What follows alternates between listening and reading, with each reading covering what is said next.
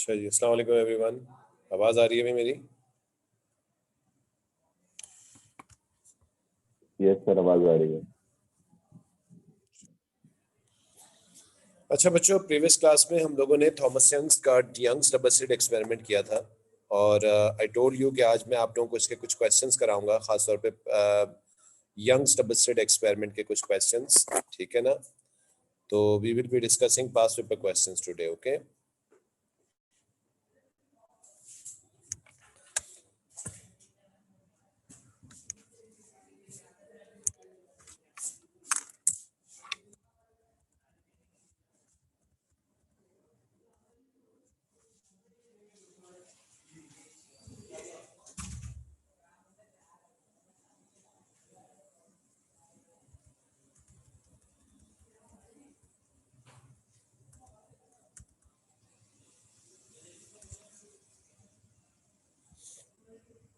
बाकी भी और बच्चे भी आ जाएं, फिर हम लोग स्टार्ट करते हैं, क्योंकि अभी सिर्फ 28 स्टूडेंट्स हैं, तो 2-3 मिनट और वेट करते हैं, then we will start, okay?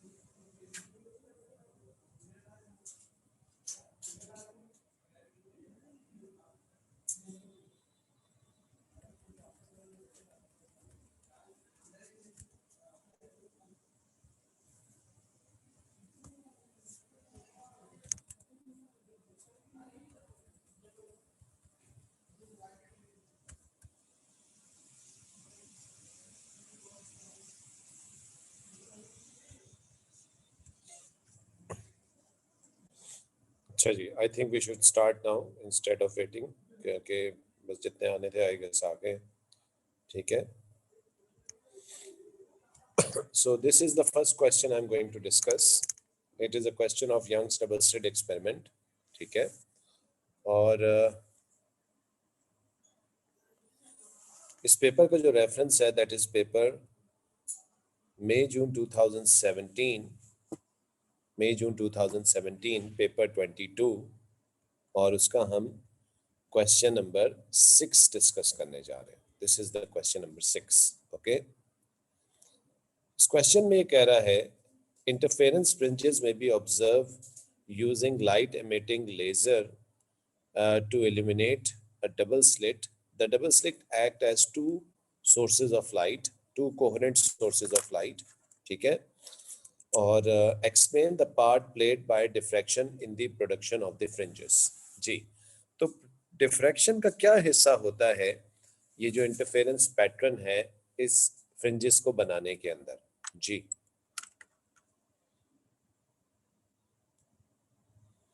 what is the part played by diffraction?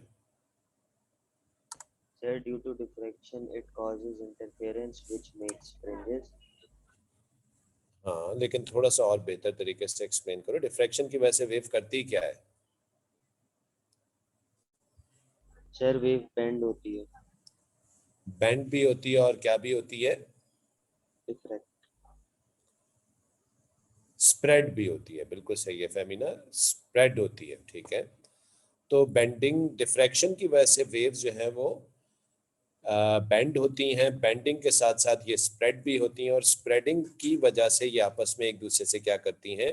Interference करती हैं। ठीक है जी, तो इसका आंसर हम ऐसे भी दे सकते हैं, वेव जो है वो हर स्लिट के ऊपर जो है वो बेंड होती है और स्प्रेड होती है।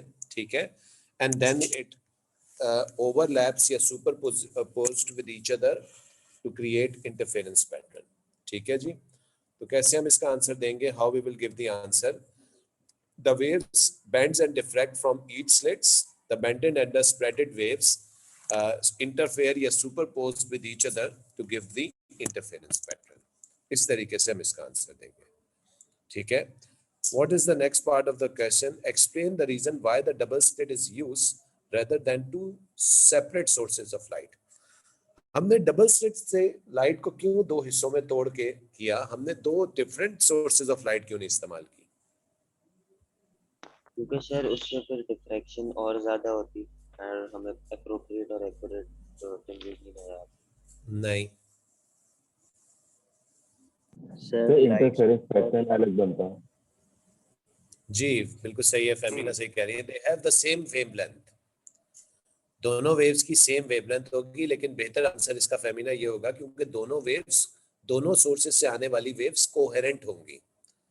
एक्चुअली में सुपरपोजिशन के लिए जो इंटरफेरेंस पैटर्न का बनता है उसमें जो कंडीशन है वो क्या पड़ी थी हम लोगों ने, टू कोहेरेंट वेव्स। अगर हम दो डिफरेंट सोर्सेज लेंगे तो जरूरी थोड़ी है कि दोनों सोर्सेज से निकलने वाली लाइट वेव्स कोहेरेंट हो। ठीक है ना, अगर वो कोहेरेंट नहीं होंगी तो फिर वो इंटरफेरेंस सही से नहीं करेंगी और फिर हमें प्रॉपर इंटरफेरेंस पैटर्न नहीं मिलेगा। ठीक है ना, तो the reason why the double slit is used rather than two separate sources of light because the light from the two separate sources may not be coherent, और डबल स्लिट से जो light निकल रही है वो क्या होगी, कोहेरेंट होगी। समझ में आई है ये बात? कोई क्वेश्चन पूछना है इसमें किसी ने? जी, एनी क्वेश्चन? सर अगर हम लोग सेम वेवलेंथ की ही दो लाइट सोर्सेज यूज करें बेटा तो वो एग्जैक्टली सेम वेवलेंथ की लाइट्स नहीं मिलती, बहुत मुश्किल है, बहुत मुश्किल होता है, बहुत मुश्किल होता है ये। इंस्टेड ऑफ दैट हम फिर क्या करते हैं, हम एक ही लाइट को दो हिस्सों में तोड़ के एक ही लाइट की दो सोर्सेज बना लेते हैं डबल स्लिट से। ठीक है ना? अच्छा जी, वरीशा है भाई यहाँ पे?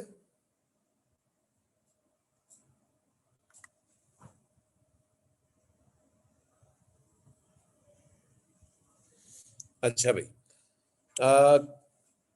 मैंने आप लोगों को बताया था कि जो फ्रिंज सेपरेशन काउंट होती है वो हमेशा 0 से काउंट की जाती है, 0 1 2 3 4 5 6, और लेट से अगर आप ऑर्डर नंबर 4 ले रहे हैं तो आपको स्क्रीन पे एक्चुअली में 5 फ्रिंजेस दिखाई दे रहे होंगे, क्योंकि फ्रिंज सेपरेशन जो है वो एक रेफरेंस फ्रिंज बना के उससे नापी जाती है। क्वेश्चन को जरा ध्यान से पढ़िएगा। A laser emitting a light from a single wavelength is illuminated is used to eliminate slits S1 and S2 as shown in figure 6.1। तो ये डबल स्लिट S1 S2 हैं, इनके ऊपर हम एक लेजर लाइट को इंसिडेंट कर रहे हैं। अच्छा जी, सबसे पहले तो बताइए ये 0.48 ये मिलीमीटर्स, ये क्या, कौन सा डिस्टेंस है? A is basically distance between the centers of the two slits। What about 2.4 meters, ये कौन सा डिस्टेंस है? ये डी है सर। सर डी ये D है, बिल्कुल सही है, ये D है, और ये A हो जाएगा और ये D हो जाएगा। ठीक है ना? अच्छा जी, उसके बाद अब हम क्वेश्चन को आगे पढ़ते हैं। The interference pattern is observed on the screen AB।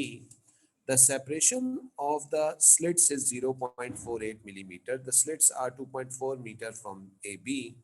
The distance on the screen across 16 fringes is 36 millimeters। यानी 16 fringes के दरमियान में डिस्टेंस है, यानी हमारे n की वैल्यू क्या होगी?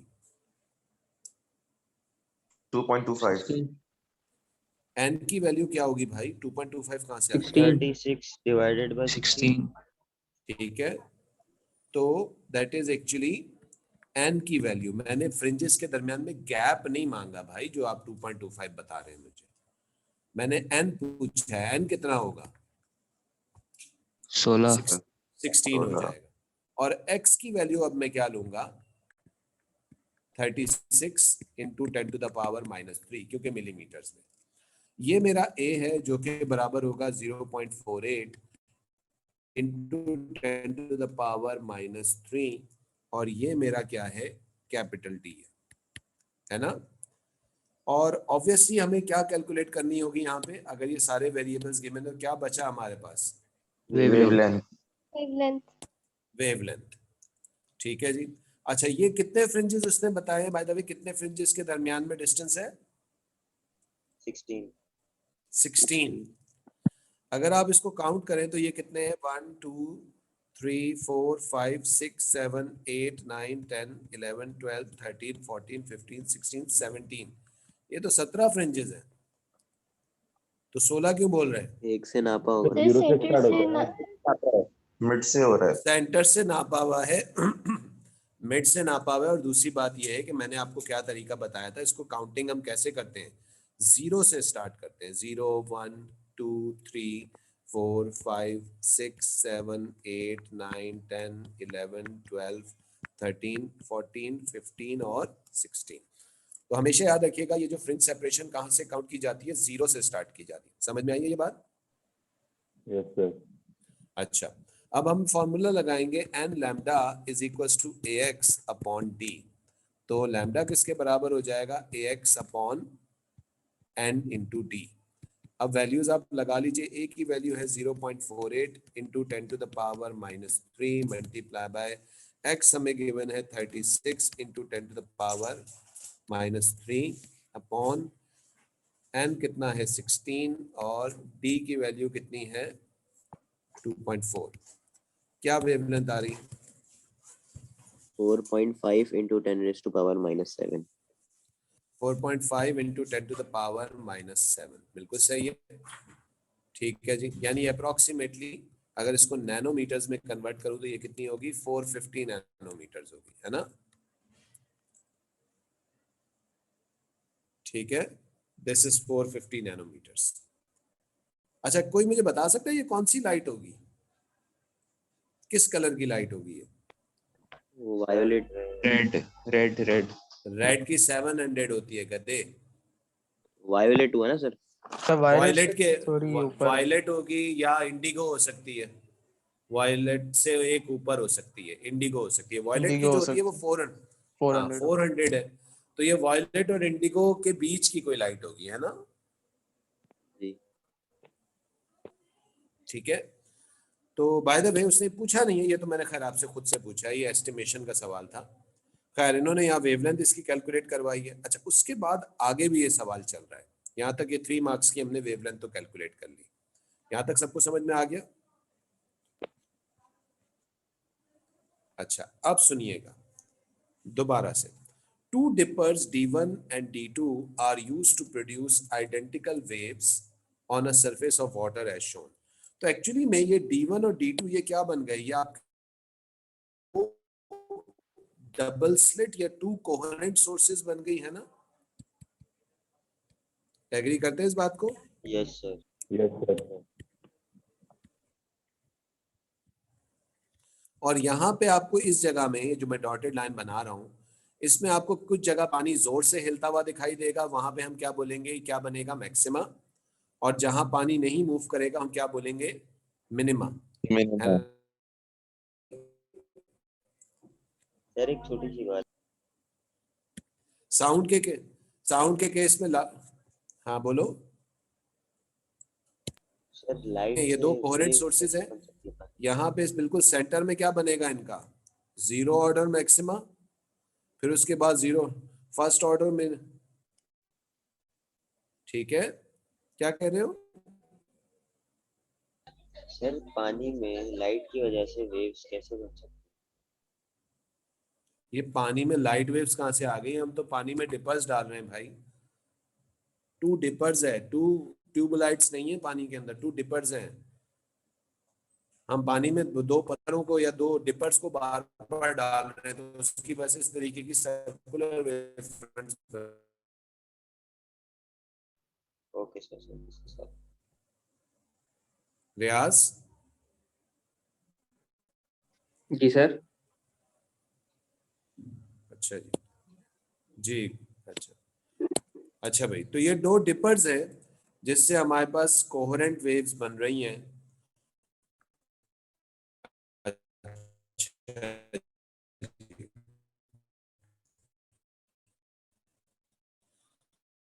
ध्यान से सुनिएगा। और ये दोनों वेव्स, ये दोनों डिपर्स जो है हम क्या कंसीडर कर रहे हैं, to coherent sources. The wavelength of the wave is 1.6 cm at D1 and D2 is 0. Explain what is observed by point at P. तो क्या पॉइंट P पे हमें मैक्सिमा मिलेगा या पॉइंट P पे हमें मिनिमा मिलेगा? एक्चुअल में हमने ये बोला है, कह ये रहा है कि जब ये दोनों वेव्स निकली हैं तो स्टार्टिंग में दोनों के दरमियान में फेज डिफरेंस क्या है, 0 है। यानी जब पहली का क्रस्ट निकला है तो दूसरी का भी क्रस्ट निकला है, और ये वेव्स कुछ इस तरीके से यहाँ पे ट्रेवल की होंगी। और ये बताओ कि यहाँ पे क्या बना होगा, मैक्सिमा बना होगा कि या मिनिमा बना होगा?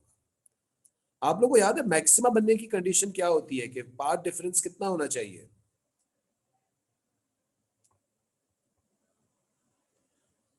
पाथ डिफरेंस कितना होना चाहिए sir? Complete lambda. Complete lambda की फॉर्म में होना चाहिए। अगर वो फ्रैक्शन ऑफ लैम्डा की फॉर्म में आएगा तो वो डिस्ट्रक्टिव होगा, मिनिमम। हाँ मिनिमा बनेगा। और अगर पूरा लैम्डा होगा, 1 लैम्डा, 2 लैम्डा, 3 लैम्डा, तो वो कंस्ट्रक्टिव होगा। याद है ये बात सबको? जी सर। अच्छा अच्छा, पाथ डिफरेंस अगर आप लोगों को याद हो निकलता कैसे, तो हमें यहाँ पे ऑलरेडी गिवन है D1 से P तक का पाथ कितना है, 7.2, दैट इज D1P। और D2 से लेके P तक का पाथ कितना है, 11.2। और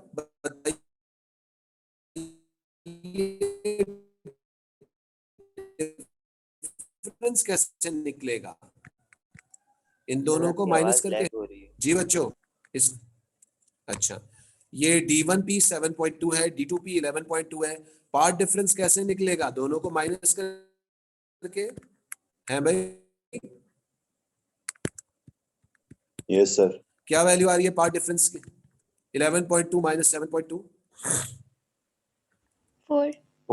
4। वेरी गुड, 4 आ रही है। अच्छा, 4 लैम्डा, ठीक है जी, या 4 centimetre. It's 4 centimetre, not lambda. अच्छा ये बताइए मुझे कि एक लैम्डा कितने के बराबर है? उसने हमें सवाल में बताया हुआ है। वेवलेंथ कितनी है इसकी? 1.6 सेंटीमीटर। 1.6। तो हम ये काम करते हैं, इस 4 को डिवाइड करते हैं 1.6 से, ताकि हमें ये पता तो चले कि ये कितनी वेवलेंथ्स है। ठीक है, टू फाइंड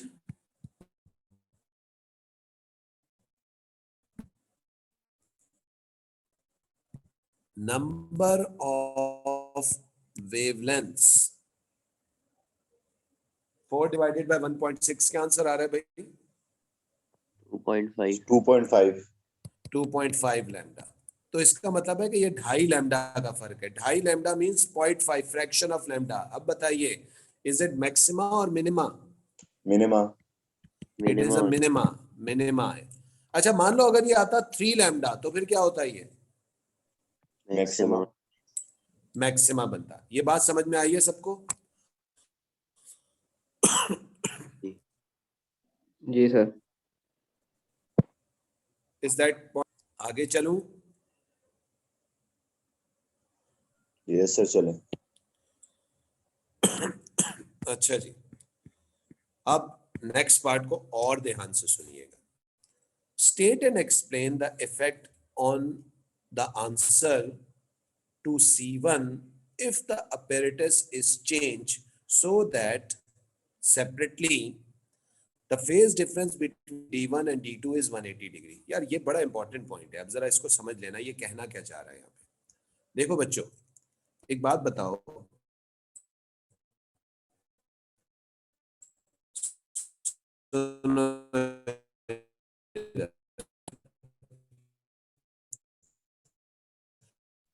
सर आपकी आवाज लैग कर गई। ये हमारा D1 है और ये हमारा D2। अच्छा तो फिर से सुनिए, ये आपकी D1 और D2 है और ये एक सेंटर पॉइंट है। ये बताइए D1 से और D2 से वेव अगर एक साथ इन फेज निकले तो सेंटर पॉइंट पे क्या बनता है? Zero order centre maxima. Zero order maxima बनता है। अगर स्टार्टिंग में इसका भी क्रस्ट हो और उसका भी क्या हो, क्रस्ट हो,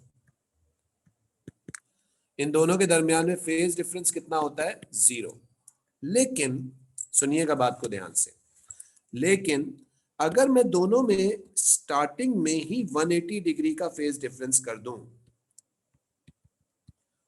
तो फिर सेंटर में क्या मिलेगा मुझे? Sir minima. बिल्कुल सही है। D1 लेट से यूं जाएगा और D2 का क्रस्ट नहीं निकलेगा, फिर D2 का क्या निकलेगा? ट्रफ। टफ। तो फिर आप देखिए कि यहां पे आपको क्या मिलेगा? मिनिमा। मिनिमा। अगर दो सोर्सेस के दरमियान में स्टार्टिंग से ही 180 डिग्री का फेज डिफरेंस हो तो जहां जहां मैक्सिमास बन रहे थे वहां वहां क्या बनेंगे? मिनिमास। हाँ और जहां जहां मिनिमास बन रहे थे वहां क्या बनने शुरू हो जाएंगे? मैक्सिमा। मैक्सिमास। इस पॉइंट को जरा नोट कर लें, पहले फिर इस सवाल की तरफ आएंगे। जी रेडी हैं लिखने के लिए? एक second. Yes sir.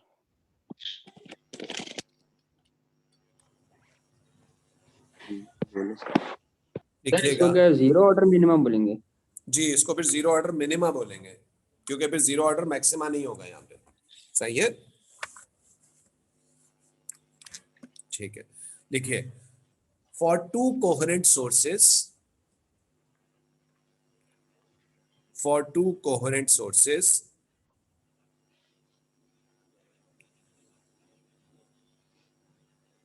if the initial phase difference between the sources, if the initial phase difference between the two sources, if the initial phase difference between the two sources is 180 degree, is 180 degree, comma, at central point,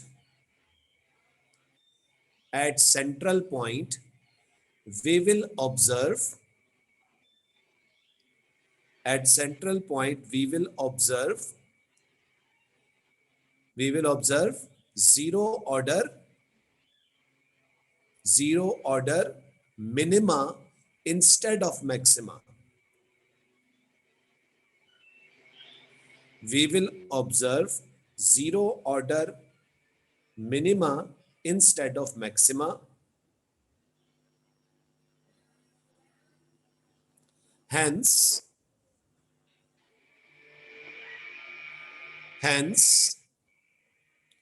in interference pattern,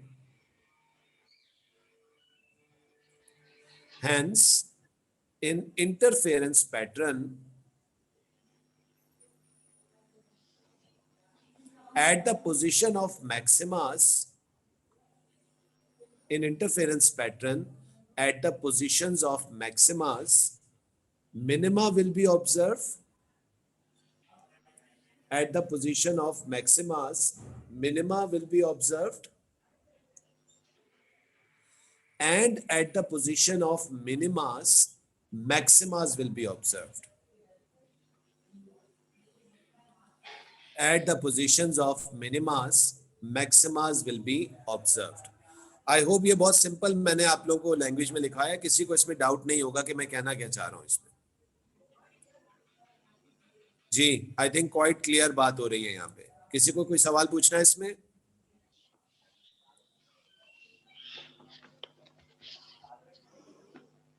है भाई, कोई सवाल पूछना है किसी ने इसमें? No sir. अच्छा जी, अच्छा अब प्रीवियसली जब ये दोनों सोर्सेस इन फेज थी स्टार्टिंग में, तो यहाँ पे आपको क्या मिला था? मिनिमा। लेकिन अब वो कह रहा है कि अगर एक सोर्स और दूसरी सोर्स स्टार्टिंग से कैसी हो जाए, 180 का डिफरेंस, तो अब बताइए यहाँ पे क्या मिलेगा? मैक्सिमम मिलेगा। अब यहाँ मैक्सिमम मिल जाएगा। बात समझ में आ रही है? तो हम चलते हैं अपने सवाल की तरफ, और वो क्या कह रहा है? State and explain the effect on the answer to C1 if apparatus is changed so that separately the phase difference between the D1 and D2 is 180 degree.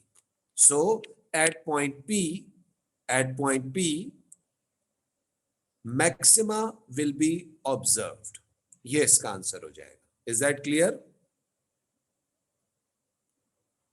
Yes, sir. अच्छा जी. अब दूसरी बात सुनिए, एक और इम्पोर्टेंट बात, एक बड़ी इंपॉर्टेंट बात. ये वैसे मैं पहले बता भी चुका हूं आप लोगों को, लेकिन मैं एक दफा फिर से आपको रिपीट करता हूं.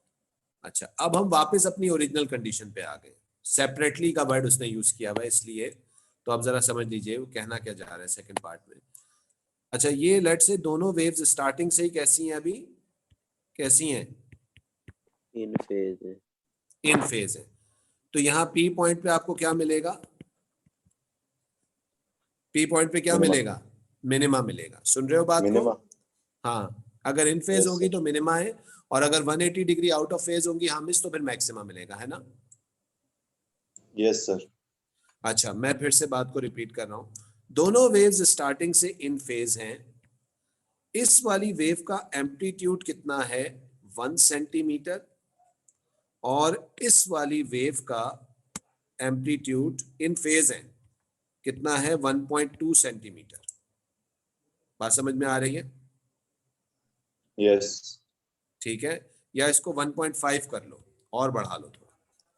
अब बताओ, क्या ये जो मिनिमा आपको मिलेगा ये बिल्कुल स्टेशनरी वाटर होगा या यहाँ पे कुछ ना कुछ वाटर की मूवमेंट होगी? सर मूवमेंट होगी.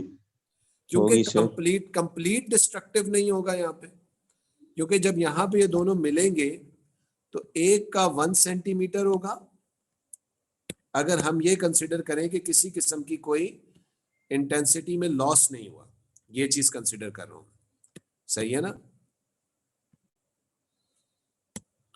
इस पॉइंट पे जब ये वेव्स मिलेंगी तो एक का क्रस्ट होगा 1 सेंटीमीटर वाला और एक का ट्रफ होगा कितना? 1.5 सेंटीमीटर वाला. तो क्या रिजल्टेंट एम्पलीट्यूड बिल्कुल जीरो होगा या आपके पास 0.5 का -0.5 सेंटीमीटर का एम्पलीट्यूड बचेगा?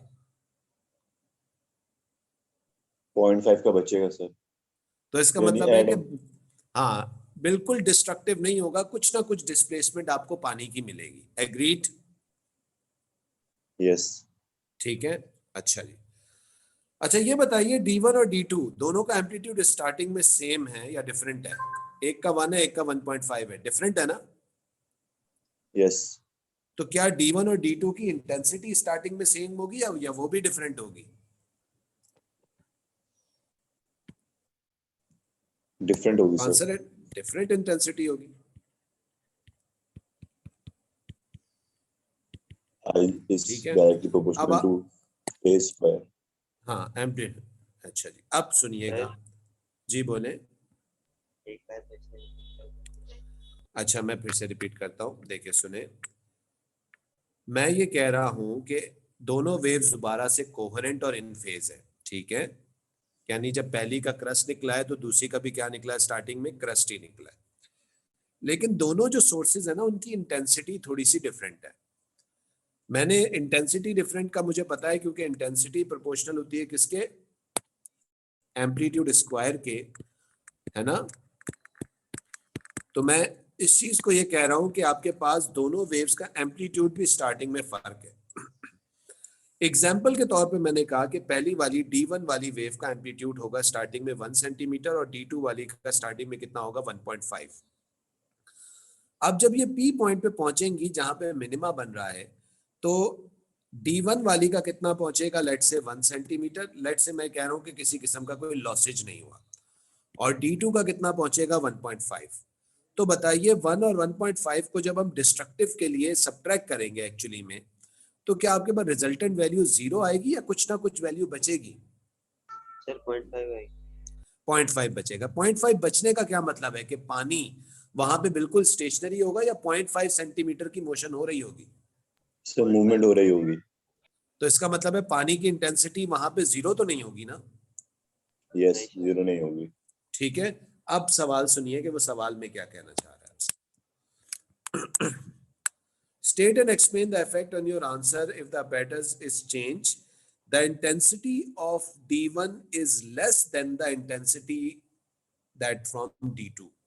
यानी D1 वाले डिपर की इंटेंसिटी थोड़ी सी कम हो जाए और D2 वाले की इंटेंसिटी थोड़ी सी ज्यादा हो जाए, तो बताइए क्या होगा? क्या आपको मिनिमा पे कंप्लीट पानी रेस्ट पे मिलेगा या थोड़ी सी मोशन मिलेगी? सर मोशन मिलेगी। क्या आंसर देंगे? If the intensity of the two dippers are slightly different, the minima will not be completely zero. There must be some movement of the water over there, right? Agreed? Yes, sir. इस point को भी note कर लें अपने पास हम लोग wordings में।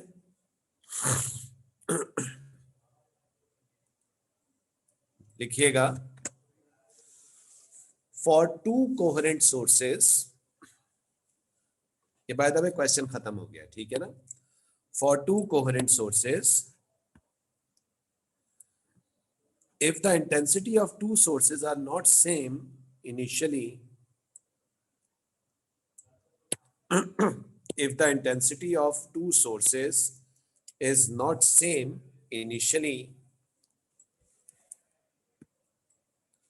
Bracket में लिखेगा, it means both have different amplitude. It means both have different amplitude. Bracket बंद। सर और रिपीट करिए।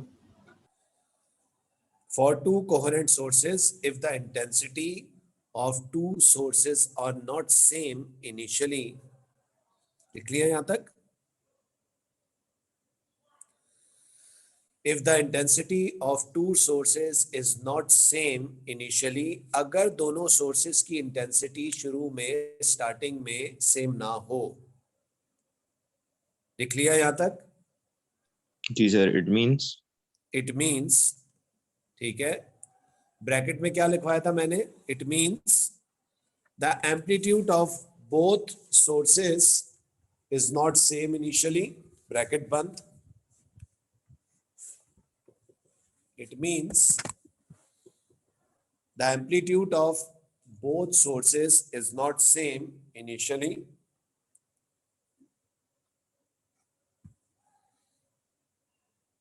ब्रैकेट क्लोज हो गई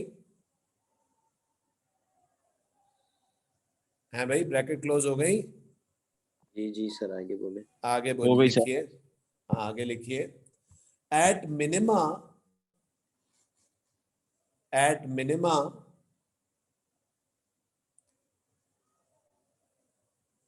it is not complete destructive interference. At minima it is not complete destructive interference.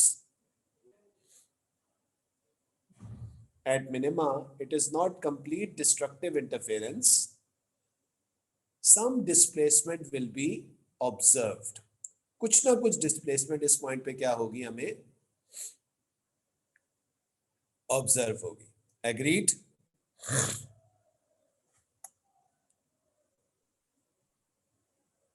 लिख लिया? जी sir. जी, दूसरा question दिख रहा है आप लोगों को? Yes sir. State what is meant by diffraction of wave. Diffraction में दो पॉइंट्स बताने होते हैं। डिफ्रैक्शन का क्या मतलब है? वेव मुड़ेगी भी और क्या होगी? फैलेगी भी, है ना? Yes sir. When wave passes through a gap, it bends and spread. This is known as diffraction. समझ में आई है ये बात? Yes sir.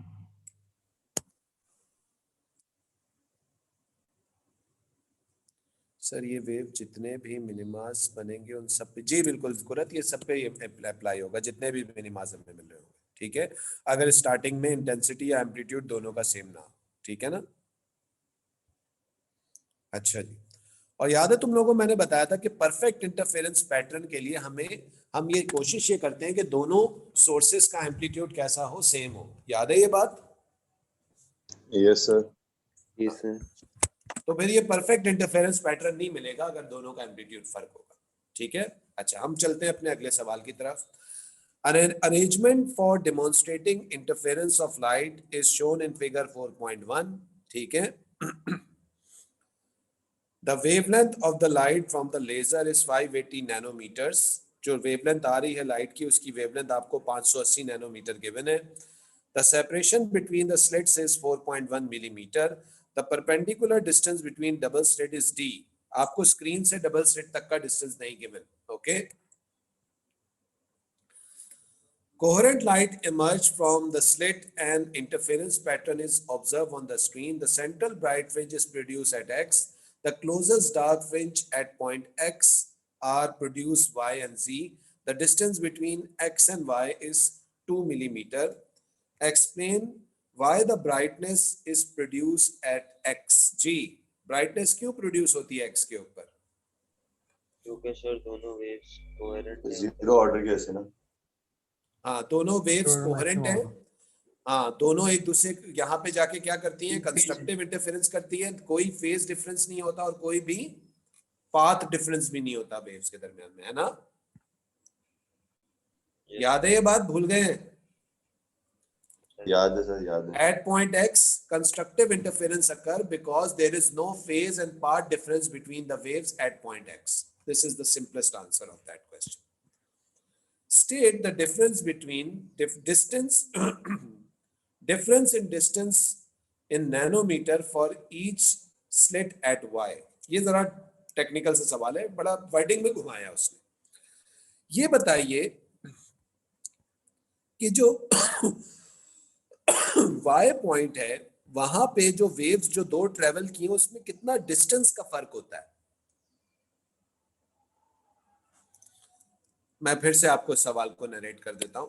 सवाल उसने थोड़ा सा घुमा दिया आपको. यहां से एक वेव ने इतना डिस्टेंस ट्रेवल किया और यहां से एक वेव ने इतना डिस्टेंस ट्रेवल किया और यहां पे डार्क फ्रिंज बना है. तो बताइए इस वेव ने, पहली वाली ने, इसको S1 कह देता हूं, इसको S2 कह देता हूं, तो S1 से चलने वाली और S2 से चलने वाली वेव में डार्क फ्रिंज के लिए, पहले डार्क फ्रिंज के लिए कितना डिफरेंस होता है डिस्टेंस का? 0.5. 0.5 लैम्डा. याद है? या लैम्डा बाय 2? याद आया ये? सही है सर. ये मैंने बताया था ना, जीरो सेंट्रल पे 0 होता है, फिर उसके ऊपर हाफ लैम्डा होता है, फिर 1 लैम्डा होता है, फिर 1.5 होता है. ठीक है. तो ये सारी चीजें इसलिए इतनी मेहनत से तुम लोगों को लिखवाई थी सारी कि इनको याद रखो तुम लोग. तो यहाँ पे क्या आंसर लिखोगे? Half lambda. अच्छा, वेवलेंथ है कितनी बच्चों वैसे? 580. 580 है ना? तो 580 का हाफ क्या हो जाएगा? 290. 90। जी सर, 290. तो उसने बेसिकली, हमने नैनोमीटर्स में आंसर मांगा है, तो आप उसको हाफ लैम्डा लिखोगे और साथ में क्या लिख दोगे? 290 नैनोमीटर्स, है ना? ये फर्क होगा ना दोनों. ठीक है, तो ये हमारे पास हो जाएगा. नेक्स्ट क्वेश्चन की तरफ चलते हैं. नेक्स्ट में क्या पूछा है? Calculate D. डी की वैल्यू कैलकुलेट करनी है. क्या क्या गिवन है आप लोगों को? सर ए भी है, एक्स भी है, लैम्डा भी है, एन भी है. ठीक है. एक्स कितना है बच्चों? 2. नहीं 2 into 10 raised to power minus 3। नहीं. हाँ भाई. एक्स 4 होगा भाई. सर 4 कैसे? सब पढ़ो. ये यस सर, डिस्टेंस X4 होगा. सेंट्रल ब्राइट स्पॉट से लेके डार्क स्पॉट तक का, अल्लाह के बंदे. और एक्स होता है distance between two adjacent bright spots या distance between two adjacent dark spots. याद आया? अगर ऊपर 2 है तो नीचे भी 2 होगा और दो डार्क स्पॉट्स के या डार्क फ्रिंजेस के दरमियान में टोटल डिस्टेंस कितना हो जाएगा? 4 होगा कि नहीं होगा? यस सर, 4 नैनोमीटर होगा. ये किस किस को 4 समझ मीटर. नहीं आई ये बात? जी, किसी को प्रॉब्लम है इस बात के अंदर कि ये 2 क्यों नहीं लिया, 4 क्यों ले रहा हूं मैं? हाँ भाई, सारे चुप क्यों हो गए? सबको समझ में आ गया? Yes sir. यस सर, आ गया. अच्छा ठीक है. अच्छा, बाय द वे फॉर्मूला लगाएंगे n lambda is equals to ax upon d. By the way n क्या लेंगे हम यहाँ पे? एक के बाद एक है तो n की वैल्यू क्या हो जाएगी, 1 हो जाएगी ना, सिंपल। एक डार्क स्पॉट Yes, के sir. बाद दूसरा डार्क स्पॉट है तो n 1 हो जाएगा, इसलिए इसको छोड़ देते हैं। लैम्डा आपको हमें d निकालना है, पहले मैं इसका फॉर्मूला ही बना लेता हूँ पूरा, यानी हो जाएगा d is equals to ax upon n lambda. ठीक है, d आपको निकालना है, a की वैल्यू है 0.41 into 10 to the power -3 multiply by x आपको गिवन है 4 into 10 to the power -3 divided by 580 into 10 to the power -9 और n की वैल्यू 1 है तो उसको लिखने की जरूरत नहीं है। d की वैल्यू क्या आएगी, ये कुछ मीटर्स में आंसर आना चाहिए आपका, क्योंकि d टिपिकली मीटर्स में होता है। 2.82 2.82 या 2.8 कह सकते हैं ना।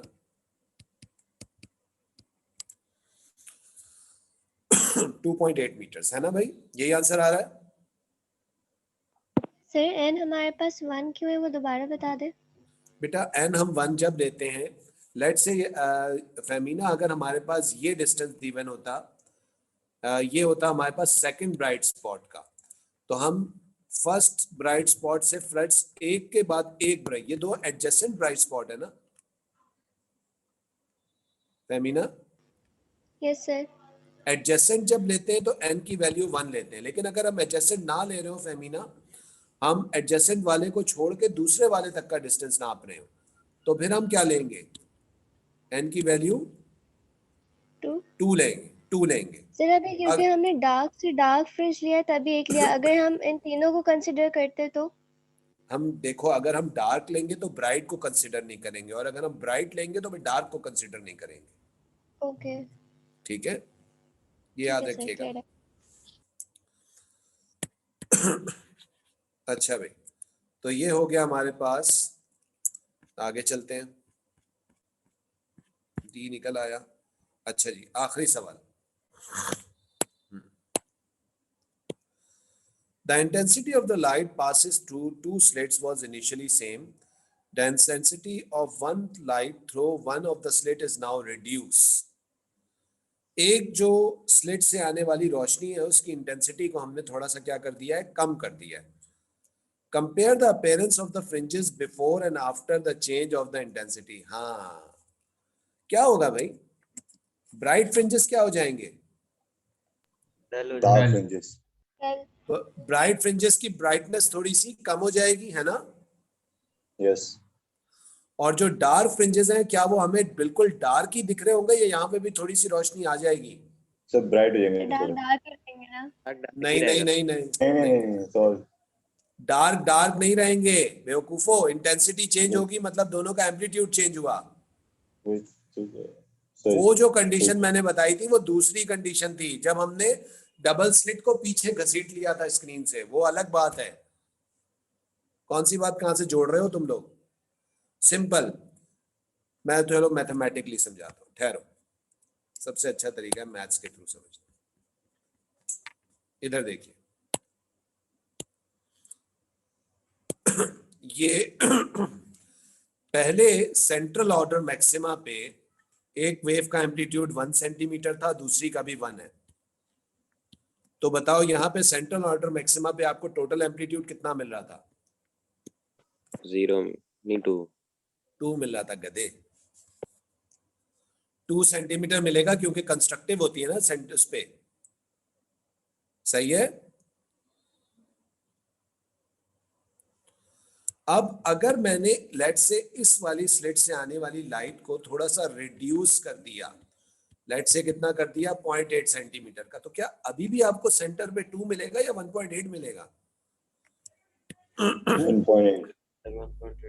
1.8 मिलने का मतलब है कि इंटेंसिटी थोड़ी सी यहाँ पे क्या हो जाएगी, कम हो जाएगी। समझ में आई ये बात? तो ब्राइट फ्रिंजेस का एम्पलीट्यूड थोड़ा सा डिक्रीज होने की वजह से इंटेंसिटी कम होगी। नेक्स्ट सुनो, ये जो फर्स्ट मिनिमा है, जब यहां पे 1 था और यहां पे भी 1 था, तो यहां पे बिल्कुल कंप्लीट आपको 0 मिला। एज्यूम कर रहा हूं कि कोई ट्रैवलिंग की वजह से लॉसेज नहीं हुआ। तो यहाँ पे आपको एग्जैक्ट 0 मिल रहा होगा, क्योंकि 1 माइनस 1 क्या हो रहा होगा, 0 हो रहा होगा, है ना? Yes sir. अच्छा, अब मैं क्या करने जा रहा हूं कि मैं नीचे वाले को 0.8 कर रहा हूं, यानी उसको थोड़ा सा रिड्यूस कर रहा हूं। अब यहाँ पे जब डिस्ट्रक्टिव इंटरफेरेंस होगी तो 1 माइनस 0.8 होगा। क्या आपको यहाँ एग्जैक्ट 0 की वैल्यू मिलेगी या कुछ ना कुछ डिस्प्लेसमेंट मिल रही होगी? कुछ ना कुछ मिल कुछ रही ना कुछ होगी मिल रही सर। होगी, 0.2 है तो यहाँ पे। कुछ 0.2 मिल रही है, तो 0.2 की आपको लाइट मिल रही होगी, यानी हल्की फुल्की यहाँ पे आपको ब्राइटनेस मिल रही होगी, है ना? Yes sir. तो हम इसका आंसर अब कैसे देंगे?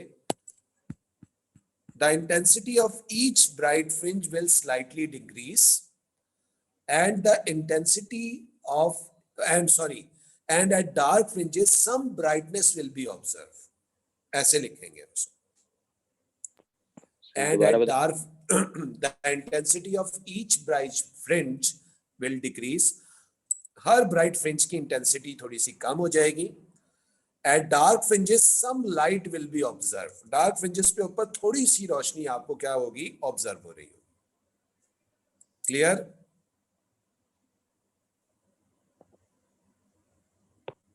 जी sir. Any question? Yes sir, एक सवाल है।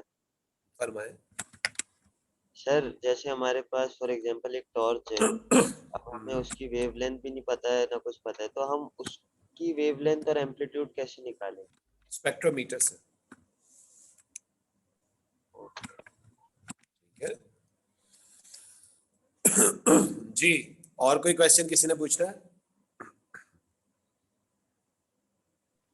नहीं सर, अभी के लिए तो कोई सवाल नहीं है अभी। चलें जाए, सो जाए फिर दोबारा से. अल्लाह हाफिज. अल्लाह हाफिज सर।